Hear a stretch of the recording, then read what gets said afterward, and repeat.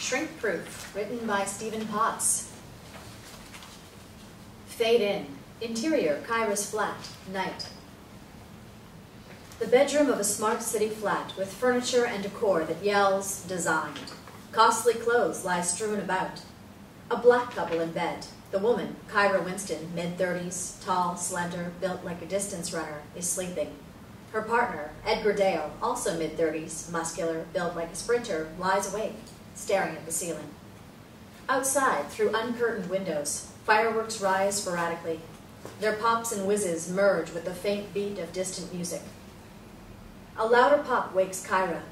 Edgar sees this and turns toward her, taking her in his arms and kissing her. She doesn't return his enthusiasm. Interior, nightclub, night. Thumping music, flashing lights. Post-peak, crowd thin and tired. A young woman, MITZI Sprinkle, 20s, clubby clothes and makeup, long straight hair, dances with an anonymous guy. She looks at her watch. Nearby Marco, late 20s, white, tall, thin, intense, very agitated, badgers his mate, Dave, who tries to ignore him. Come on. Dave turns away. The girl he's dancing with has a whistle in her mouth. She grins, looks at Marco, and blows it, hard, while circling a forefinger at her temple. Interior, Kyra's flat, night. The phone rings. Kyra breaks away from Edgar and sits up. He groans and turns aside. Kyra takes the call. Hello? She listens a moment, then looks at her watch. She stands up and walks towards the window. Another firework rises and pops in the night sky above the city. All right. Half an hour. She shuts the phone and returns to bed, but doesn't sit down. She stares at Edgar's naked back. It's so damn late. No, it's so damn early. You're not even on call. This won't wait. He rolls towards her, his eyes catching the light. But I will. Interior, nightclub, night. Marco's given up on Dave. He's approaching other dancers, complete strangers, with increasing desperation. They shrug him off. Got splash? He pulls out a crumpled wad of notes, dropping money on the floor. I'll pay.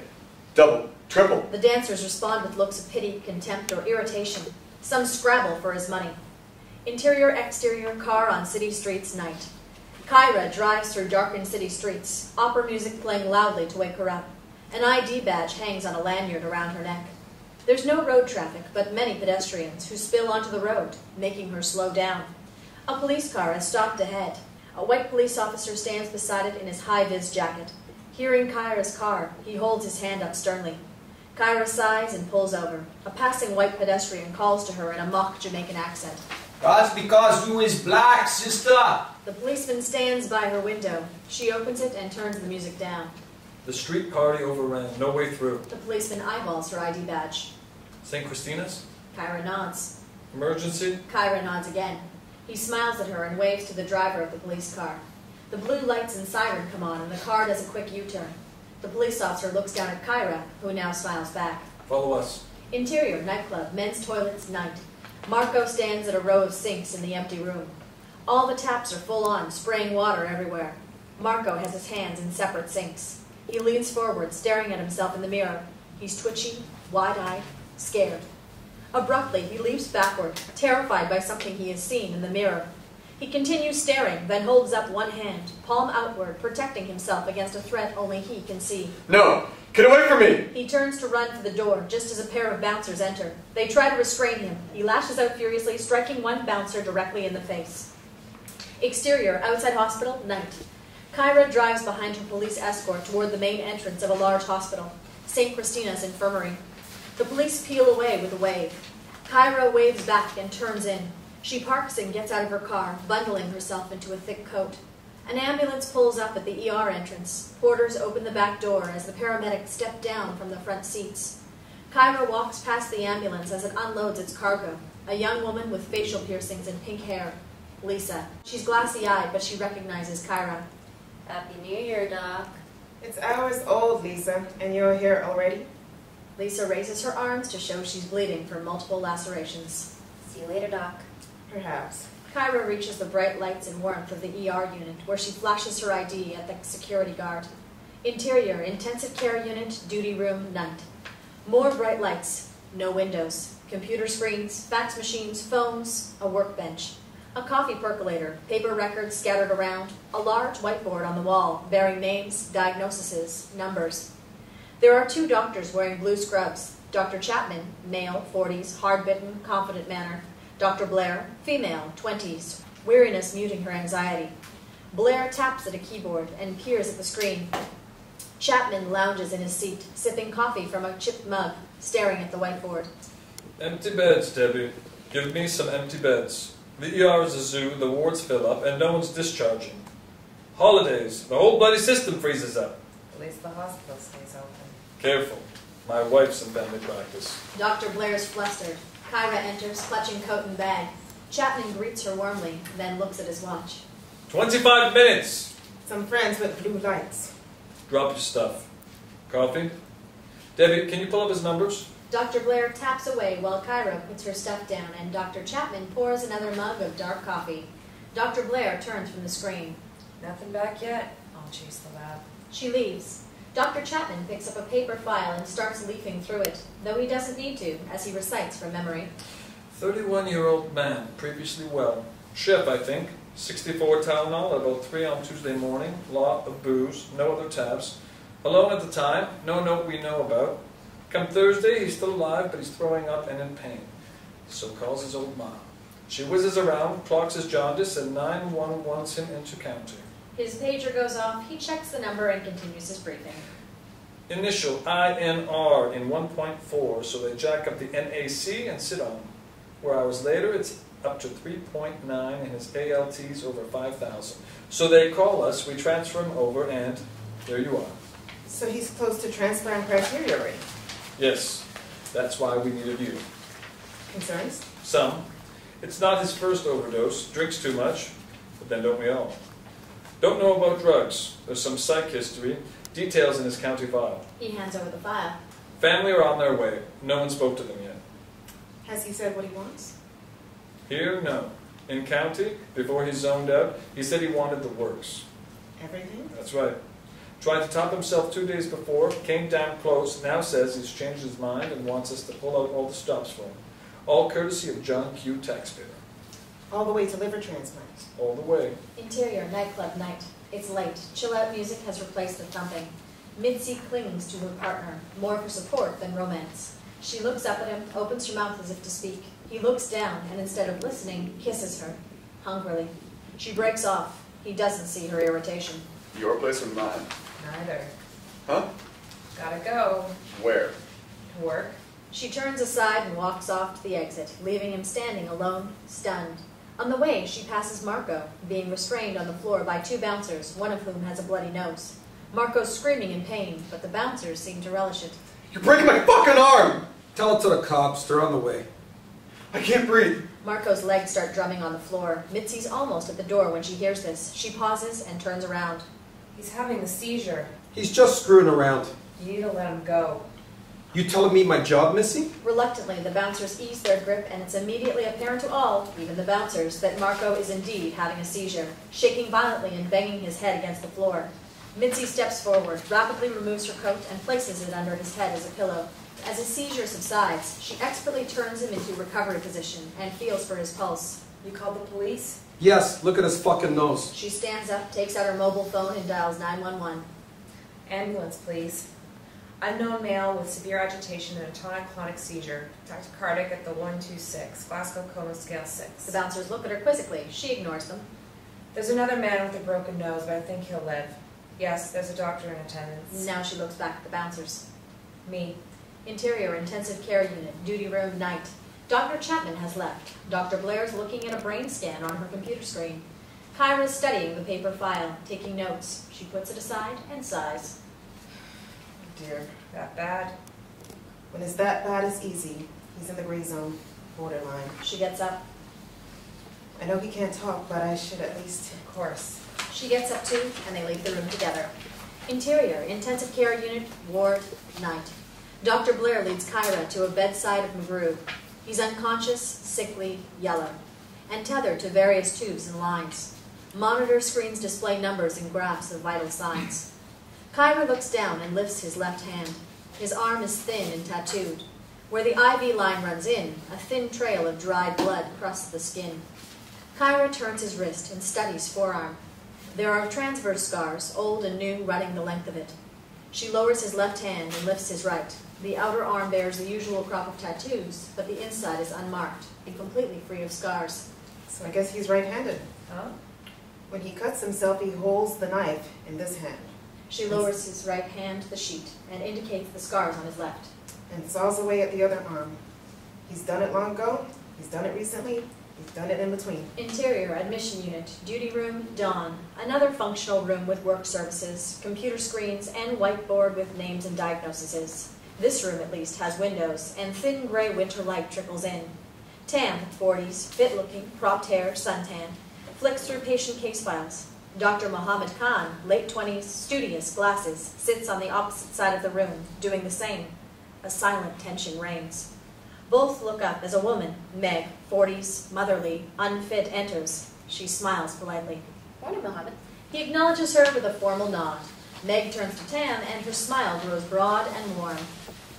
Tam, you made it. Hey, Meg. Never in doubt. More dangerous down in Victoria Square these last few days. Busy? Tam indicates a chart on the wall. Not as bad as you've had it. Was that Lisa Bray's name I see up there? Uh-huh.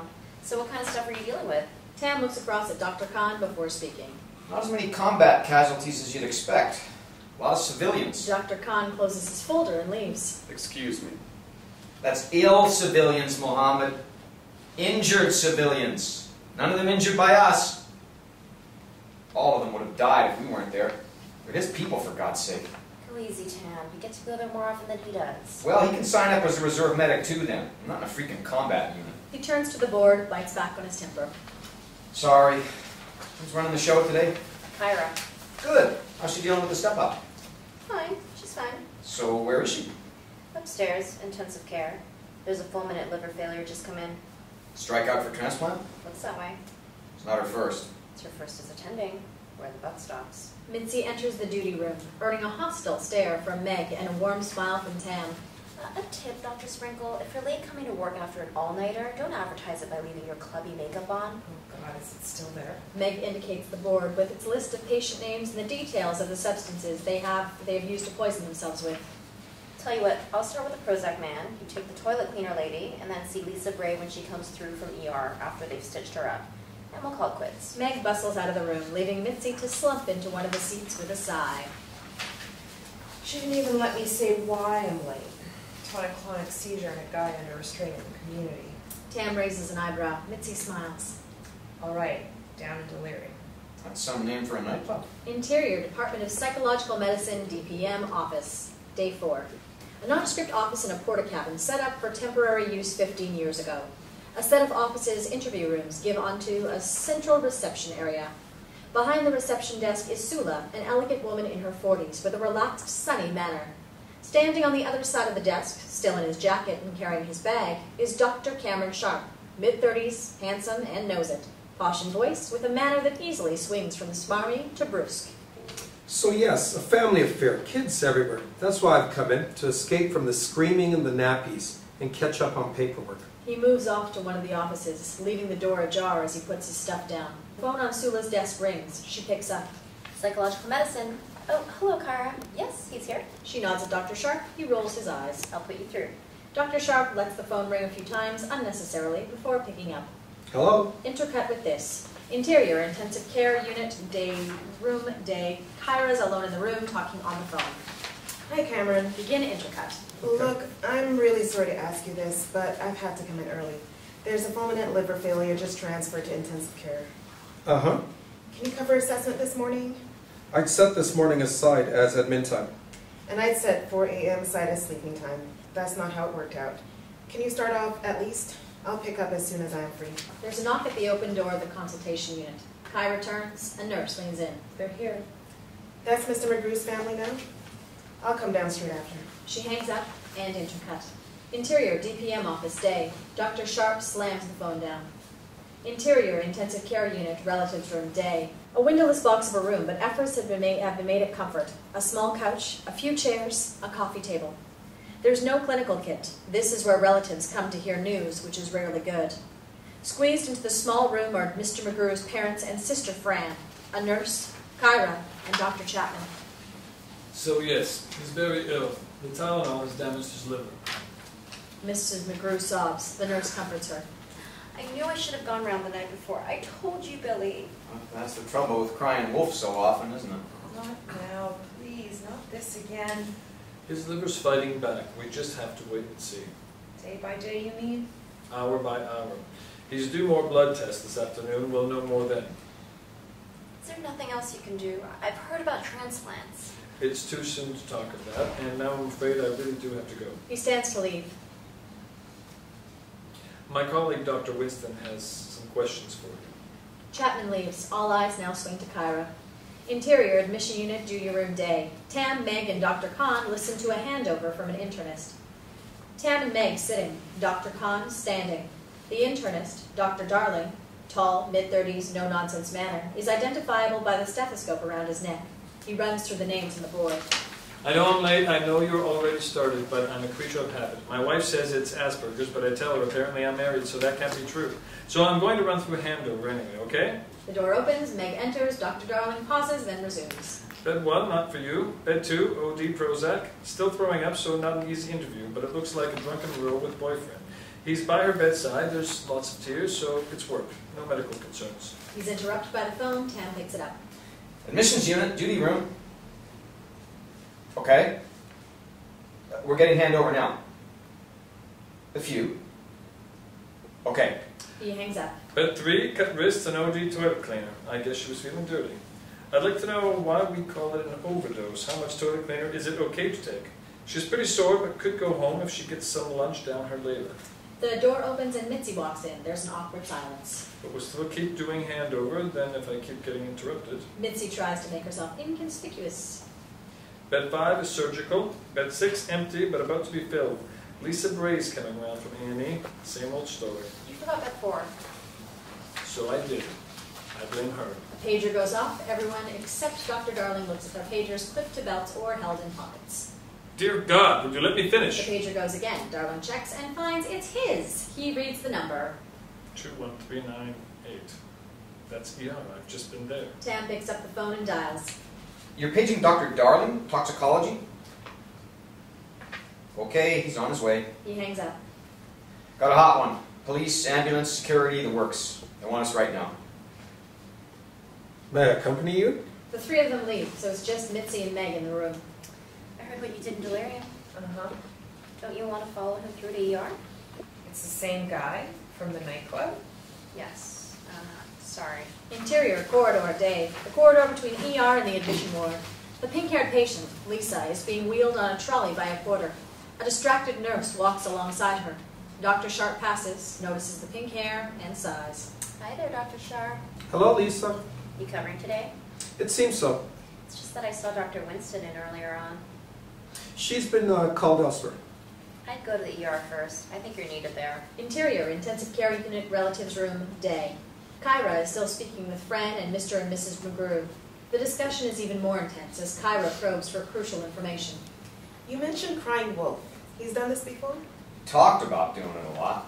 Only actually done it 3 times that I know about. And once when stayed with me. You never told us. Begged me not to, or you wouldn't have taken him back. Tylenol? Always. Never this much. So he knew what it could do. Yes, and he's had that antidote stuff before. What about his drinking? He's a chef. They all do. Fran. You have to tell it straight, Mom. Did he drink enough to cause problems? No. Yes. Yes, it caused problems, but not in his eyes. Was he dependent? If you mean the DTs and that, never that I saw. You could go without it for days, sometimes weeks, with his benders. Was he ever advised to stop? I told him to cut down, at least take his benders away from our house. I mean, told to stop by doctors. His OD last year, when he stayed with me, the doctors there told him straight. He took no notice.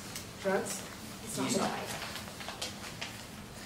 Yes, regular grass, cocaine at parties. Never. I saw him do it, Mom. Plus, he'd catch some Valium from his mates when coming down off a bender. Any prescribed medication? Other medical problems? Nothing really. No need to see doctors. He was always a healthy boy. And he never wanted to see a psychiatrist, even after his other overdoses? They'd assess him, ask him the questions you're asking us now. They never did anything. You don't know that, Dad. He may have turn them down like you did last year. Can I ask you a question, Doc? Please.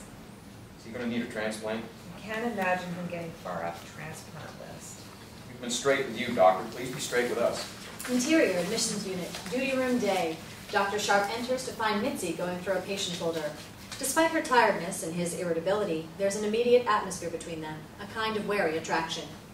Ah, Dr. Sprinkle. Hey Cameron, how's it? Another day, another dollar. Though rather more dollars for you, Easy, Tiger. Kyra's up in intensive care. Fulminant. She's asked me to babysit her. Doesn't look too bad. I think we're okay. Saw Lisa Bray heading this way. Turn her around sharpish, like we usually do. The longer she stays, the worse it gets. Will do. I'll call you later to discuss her. No need, but do. Interior ER resuscitation room day. A large space normally used for resuscitations of seriously ill patients. In the center, not lying on the stretcher as he should be, but standing and leaning against it, is Marco. His hands are cuffed in front of him and his face is bruised. His eyes flick around the room, taking in the policemen on either side, the green overalled paramedics. The ER medical team, Tam and Dr. Khan, listening in and watching him carefully, and the hospital security men who stand at the door. No name, no details, no history, no information. He just went crazy. Delirium. Tokatlidis seizure too. Quick recovery, but he's been wild ever since. Wild in what way? Wild like this, throwing himself around, screaming, seeing things. Screaming what? Makes no sense. Something about splash. Several heads around the room nod sagely, Tam's among them. What? GBL. Gamma-butyrolactone. Easier to say splash. The latest club drug. Was legal, not anymore. Not that it makes any difference. Tam turns to the room at large. Anyone recognize him? All shake their heads except for one of the security guards. He's familiar, but not from here. I think I've seen him at Walmart, down at Parkside. Tam approaches Marco, careful not to confront him directly, to make too much eye contact or to get too close. Hi there. I'm Tam. Marco eyes him warily. It's my birthday today. Marco, puzzled. I'm officially middle-aged. Entitled to be grumpy. Marco smiles despite himself. Wish I was young still, like you. Pass it, Pops. Sure am. What are you, 25? Marco laughs loudly. 29 soon. Thanks, Pops. Tam turns away and talks to an ER nurse nearby. Enough for now. We'll go in stages. Can you search the computer for 28-year-olds from Parkside who've been here before? He turns to a doctor who's preparing syringes. Lorazepam? The doctor nods, Dr. Khan breaks in. What about oral medication? Tam and the rest give skeptical looks. Interior, gym, day. It's busy. Lots of people working on their New Year resolution. Obviously unfit, in brand new sports clothes, unfamiliar with the equipment. Not Edgar. His much-used tracksuit and vest don't hide his powerful build, and he's handling the equipment with confidence and ease. He completes a set of lifts using free weights, unaware that he's being observed by Nadia, a young blonde woman on a warm-up bike behind him. As he lowers the weights to their stand, he catches her eye in the mirror. She looks away. Interior, DPM office, day. Kyra's in her office, talking on her desk phone. So you'll send it now? Okay, thanks. She hangs up and opens the door to Sula at the reception desk outside. Sula, Mr. McGrew's family practice is faxing his records through soon. If it comes when I'm not here, can you page me? Of course. Meanwhile, coffee? Kyra smiles. Love some. Interior, ER, resuscitation room, day. The nurse comes back in with a printout which she hands to Tam. Got it. Tam nods his thanks, reads the first few lines, and approaches Marco again. It's Marco, isn't it? Marco's head snaps round, suddenly suspicious. Marco Mullen? Interesting name. Marco, frowning, gets agitated. And I'm guessing that your splash ran dry last night. Marco shakes his handcuffs. GBL. We can help you with that.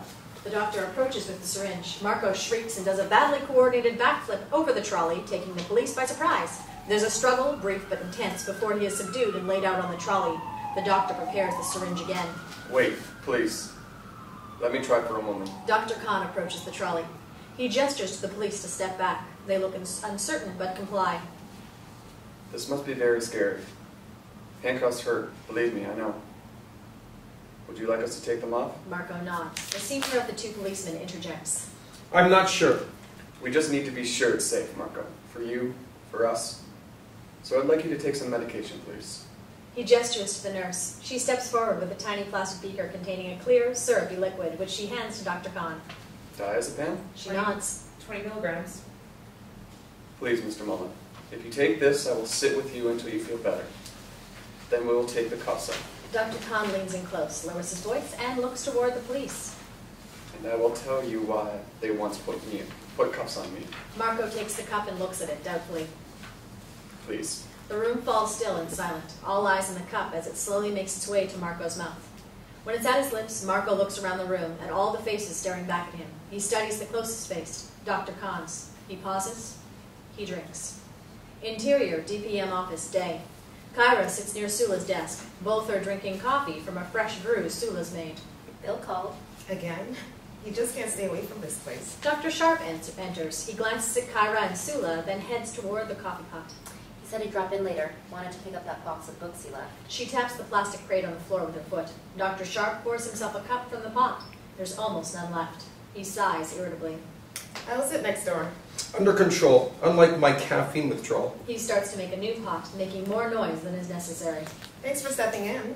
I'm nearly done downstairs, so I can take over soon. The fax machine beeps to life and starts spewing out paper. Kyra looks at the front sheet.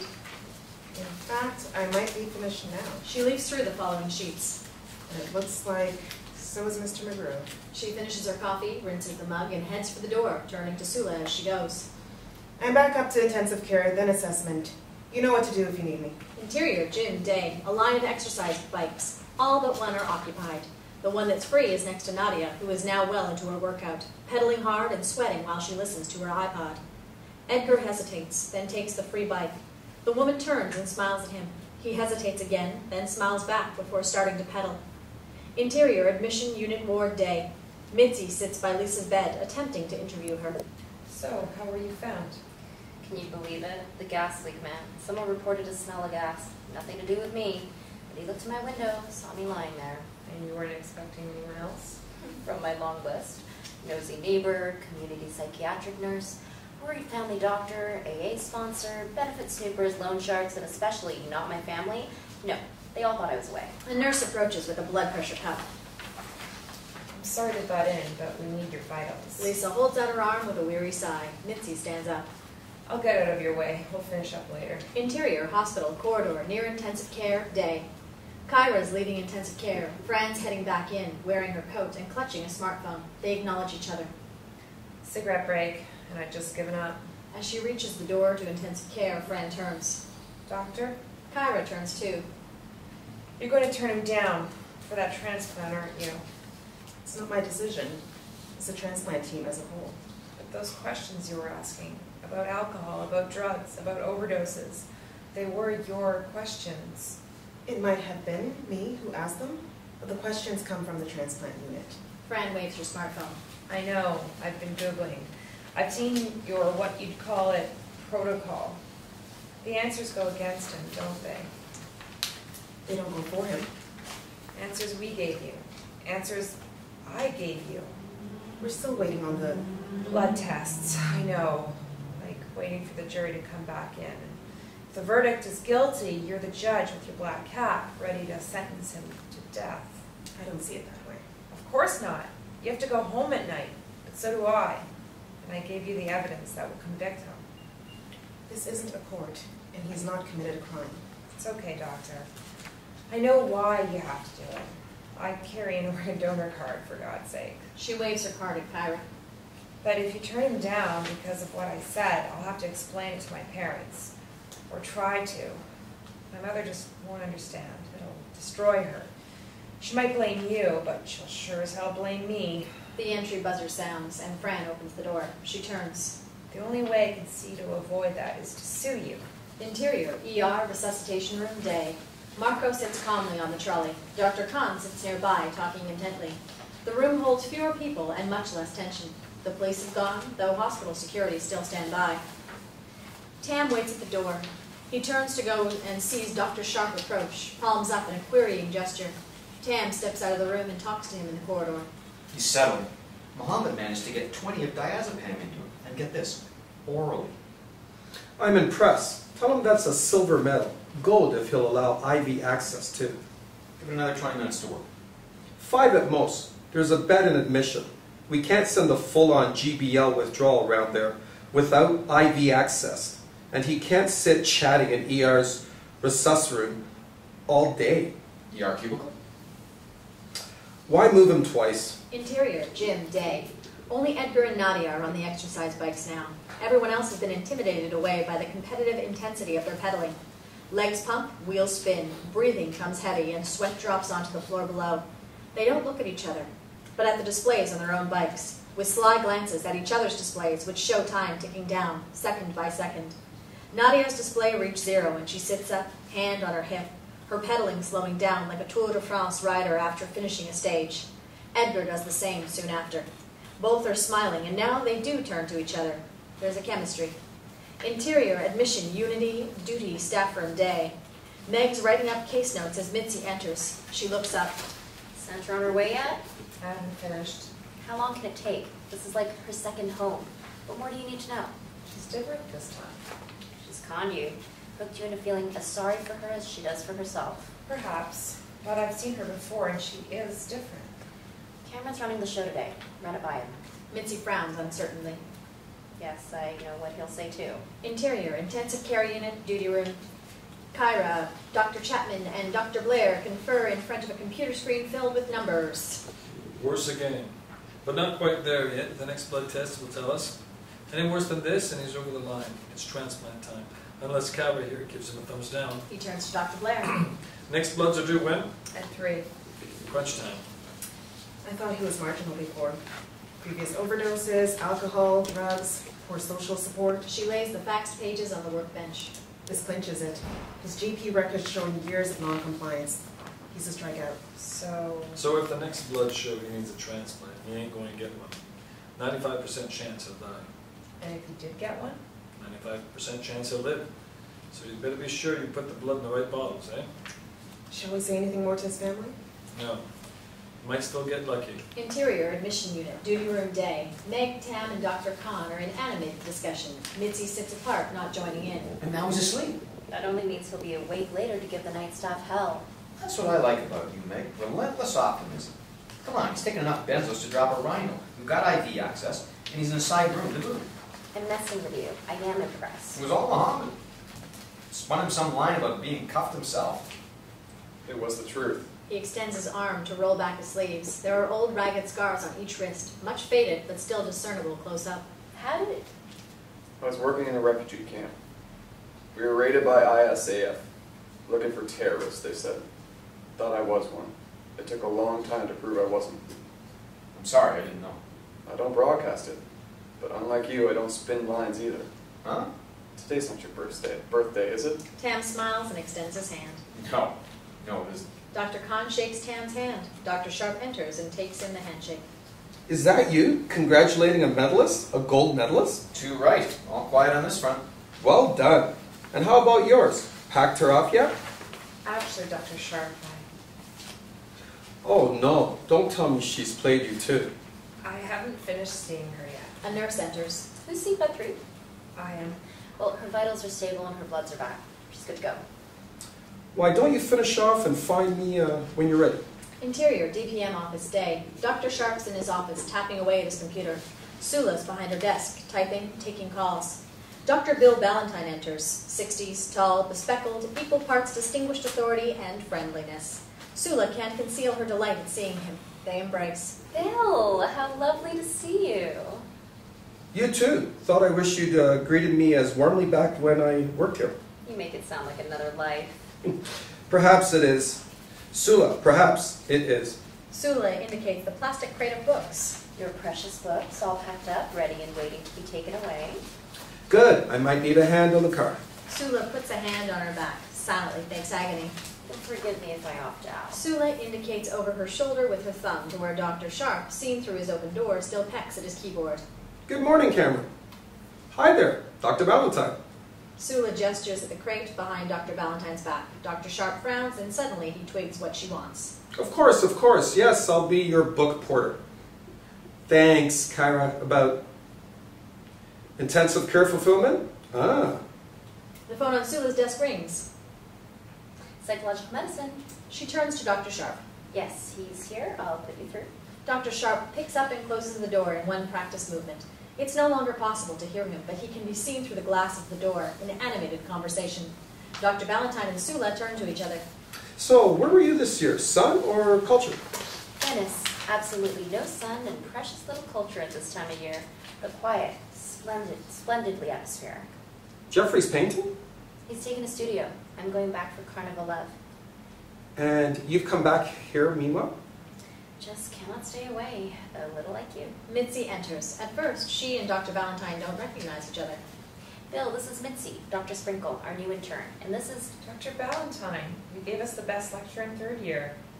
Now you understand why I want to drop in. I thought it was to see me. Either way, the books are an excuse. Well, I need to take them away before next year. Wouldn't want to clutter up your shiny new hospital.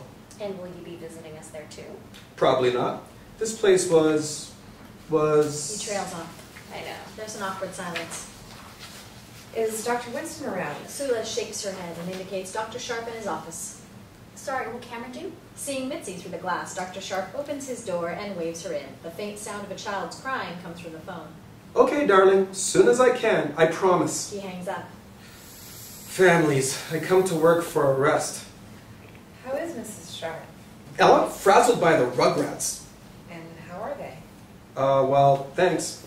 There's a beat, and as they make and hold eye contact, ended by a forced smile from Dr. Sharp. Now, just tell me it's anyone but Lisa Bray you want to discuss. Well, actually... MITZI, try looking up her address on Google Street View. There's a bloody ambulance outside. That's how often she calls them out. There will be nothing different this time, believe me. Interior, Jim, Day, Edgar, and Nadia stand at the water cooler. I've not seen you here before. Any chance I get, I'm on the road. My bike's getting repaired. Edgar wraps a rolled-up towel around his neck and starts to remove his weightlifting gloves. A serious repair? She's flirting with him. He knows it. He's not reciprocating. Serious enough. As he removes his left glove, his wedding ring shows clearly. She notices it. He notices her noticing. Her attitude changes. She turns away. I'll beat you next time, too. Interior, admission unit, duty room, Day. Meg and Tam are quietly working away, writing up records, sending faxes. Dr. Khan's on the phone. Yes, I know that, but the reason I can't get his consent for you to release the information is the same as the reason I need it. He's seriously ill, and right now he's unconscious. There's no one here from his family. I'm also calling you to find out how to contact them. Tam looks at Dr. Khan and raises his eyebrows. Dr. Khan shakes his head. If Mr. Mullen's own family doctor isn't available, I'd like to speak to the duty doctor, please. Yes, now. MITZI enters. Meg looks up. Is Kyra down yet? No joy from Dr. S? MITZI shakes her head. He won't like you going over his head. I know. You need to do observed interviews for your training portfolio, right? A smile begins to spread across MITZI's face. And Kyra's your supervisor, right? MITZI's beaming now. She lays a hand on Tam's shoulder. Brilliant. My knight to the rescue. She wheels away and disappears through the door, watched by Tam, Dr. Khan, and Meg, and all in different ways. Yes, I'll keep holding. Interior, intensive care, unit, ward, Day. McGrew's family sit anxiously by his bedside, overawed by the tubes he's attached to, startled by the machines that keep beeping, and distressed at his deepening jaundice. Dr. Blair approaches with bloody sample tube. Fran stands up and steps away to give her access to the bedside, and to McGrew's limp, thin arm. Mr. McGrew, I'm going to take a blood sample now. She places a tourniquet around his upper arm and swabs the skin at his elbow. All eyes are on the blood tube as the needle searches for a vein among the tattoo and scarves. A little prick.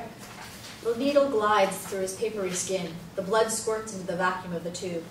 Dr. Blair releases the tourniquet and places a cotton wool ball over the puncture site, then withdraws the needle in one smooth, much practiced movement.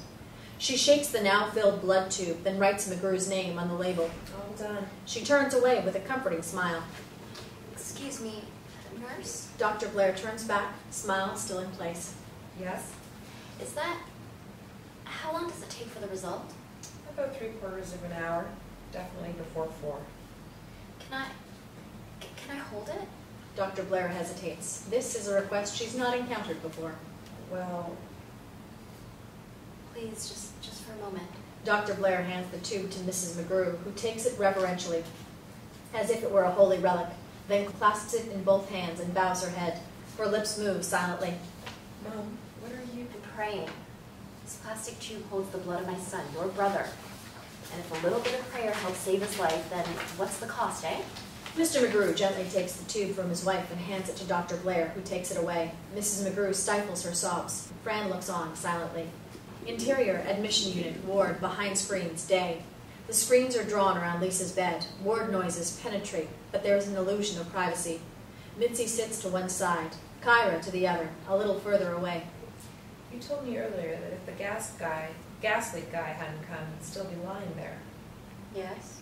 You weren't expecting anyone else? Like who?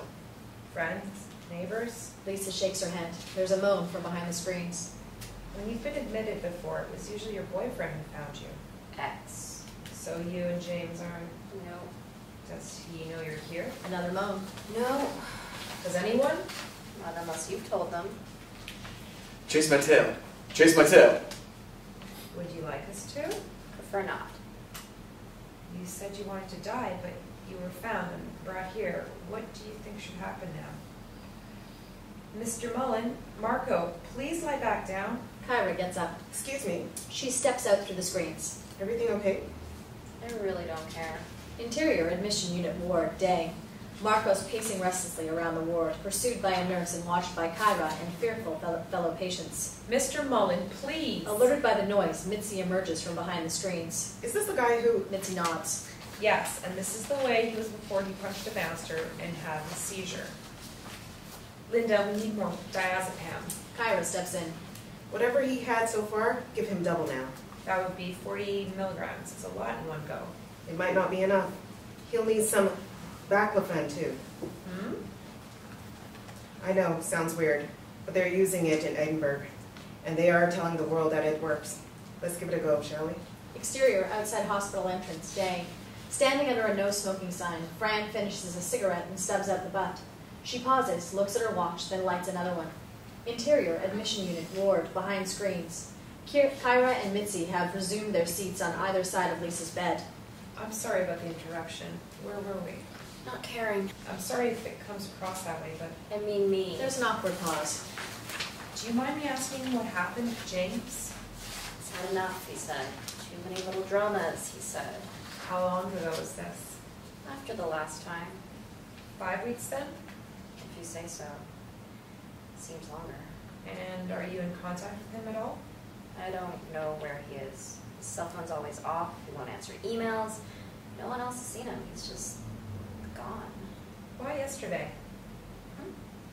He's been gone 5 weeks. You've been on your own since.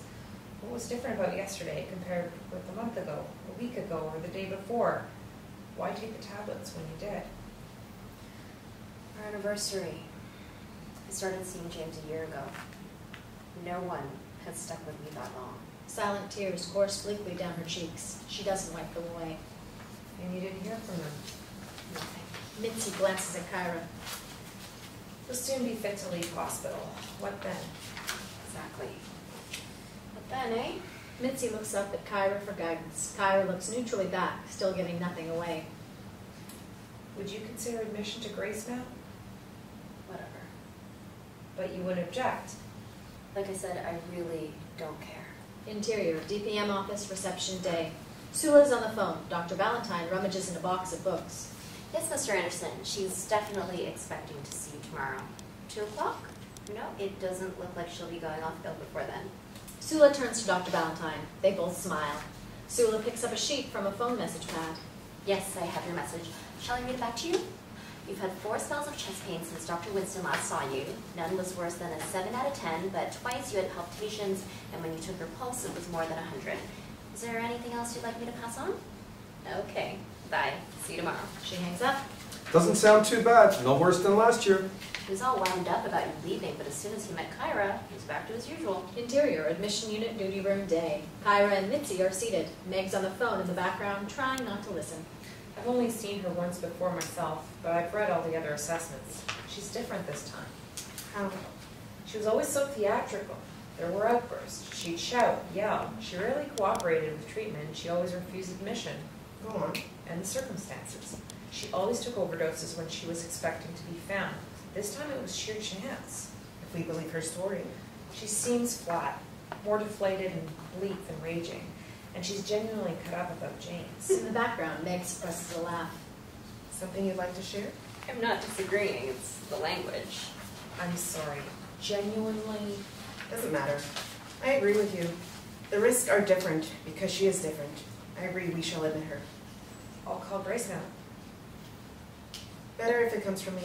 Meg leaves the room, MITZI watching.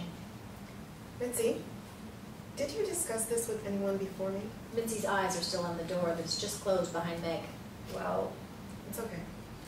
I won't make an issue of it. in outline with Meg, she said try Dr. Sharp. He just didn't want to know. He told me to kick her out. Interior, DPM office night. Kyra enters and beams when she sees Dr. Ballantine still rummaging amongst his books. In the background, Dr. Sharp switches off his computer and puts his coat on. Bill, how lovely to see you. I will keep coming back. And you'll always be welcome. Dr. Sharp closes the door to his office. Mind if I scoot off for domestic pressures? No, that's fine. I'm all but done upstairs. The front door's quiet. Has Mitzi kicked Lisa out yet? No, She does drag things out. not this time. I'm admitting her to Grace Mount. Really? Yep. It was clear it's the right thing to do, once I'd seen her myself. Did Mitzi? Go over her head. No. She wanted exam practice. She chose Lisa.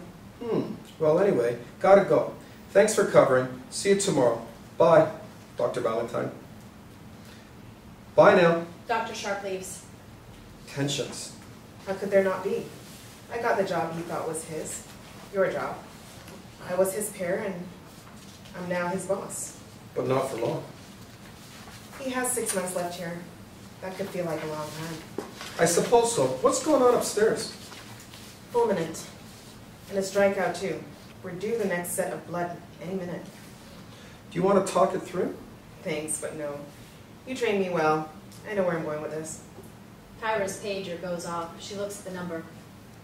Though telling the family you're turning them down is never easy, is it? Interior, intensive care unit, relatives room, evening. Kyra stands as a nurse ushers Mr. McGrew's parents and sister into the room. Fran knows she's supposed to wait, but doesn't. Before you tell us anything, I want you all to know he can have my liver. Her parents gasp. Fran cuts them and Kyra off before they can speak. I know you do that here, living donor transplants. Take out half my liver and give it to him. And risk losing both of you? I couldn't bear it. No. Dr. Chapman enters the room, a piece of paper in his hand. Everyone looks at him. He holds the paper up. The latest blood tests. Mrs. McGrew clutches the hand of her husband and daughter. She's pale and trembling. He's improving. The tension in Mrs. McGrew both dissolve instantly. She slumps into her seat, sobbing to be comforted by her husband. Dr. Chapman waits until the tears subside. He's not out of the woods yet, but he should recover. Fully? Yes, completely. How long? Days, maybe a week or two. He and Kyra get up to leave. I'll speak to him, and to you, when he's fit enough. I prayed and prayed and prayed he wouldn't need a transplant doctor. Maybe it worked. Maybe. Perhaps. Fran picks up the forced nature of their response. He looks at Kyra, coolly from behind Mrs. McGrew. She doesn't say anything, but follows as Kyra and Dr. Chapman leave the room. Interior, hospital corridor, near intensive care, evening. Dr. Chapman and Kyra leave the room together. A few paces behind comes Fran, who speaks to their departing backs. Doctor? Both Dr. Chapman and Kyra turn. Fran looks at Kyra. Dr. Winston? Dr. Chapman, relieved, turns away. Excuse me. He heads off down the corridor. What would you have said? If the blood tests had gone in the other way, what would you have told my mother? The truth. That he wouldn't be getting a liver? That he would die? I wouldn't put it so starkly, but You'd give the reasons? if asked, And now? You're not going to tell her now? no. How would it help her? The truth. The whole truth and nothing but the truth? You're leaving out the middle bit to ease her pain. We often do. Like I said, this isn't a court. And what would you have said to me about being a donor? That we don't do living donor transplants in urgent cases, as I think you know. Now, if you'll excuse me. Kyra breaks away and heads down the corridor. Interior, admission unit, ward, day. Tam and Dr. Khan stand at either side of Marco's bed. He's sleeping soundly, snoring away. Do you miss it? Your home country? The people, yes. Most of them. The place, sometimes. My family, always. Dr. Khan studies the drug chart. baclofen. I would have never thought to use it, but obviously it works. Tam nodded, then looks out of the window while Dr. Khan writes in the chart. Never thought I would miss the rain. But I did. Every day I was out there. When I stop enjoying your rainfall, I will know it's time to go back. Would you? Dr. Khan hangs the chart on the end of Marco's bed. He looks down at his sleeping form. It is my home. Exterior, outside hospital, night. Lisa is being escorted to a waiting ambulance by 2 nurses. One of them speaks to the paramedic driver. Waiting nearby, wearing a smart coat and carrying a discreet bouquet of flowers, is a tall black man. It's Edgar, but not yet recognizably so. To Gracemount? Gracemount. We're going to Ward 5. We'll drop you off, but you might need a taxi back, though. I don't think we'll be waiting.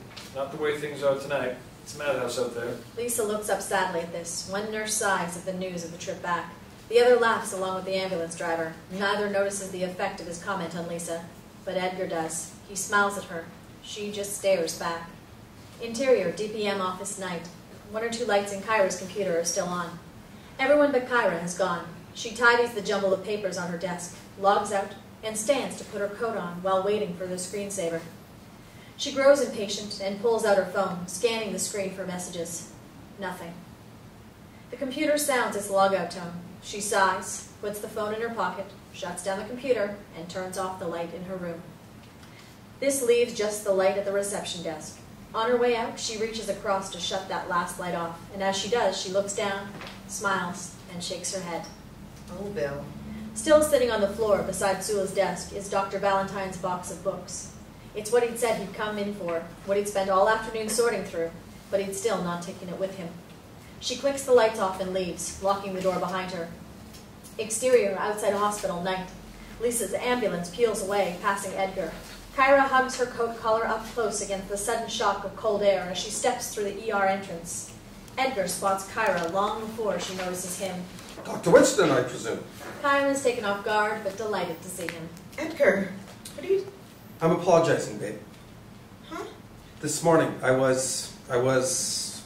But you're not now. She kisses him. No. Seems so long ago. She turns to look back at the entrance to ER, then shakes her head. It's not clear if she's shivering or shrugging her day off, but when she turns back to him, she's smiling. Fellini's? Uh-huh. Corner table? Had to call him some favors, but yes. He smiles broadly and hands her the flowers. Happy New Year, Kyra. She looks down at the flowers, then back at Edgar. It's looking up already. Fade out.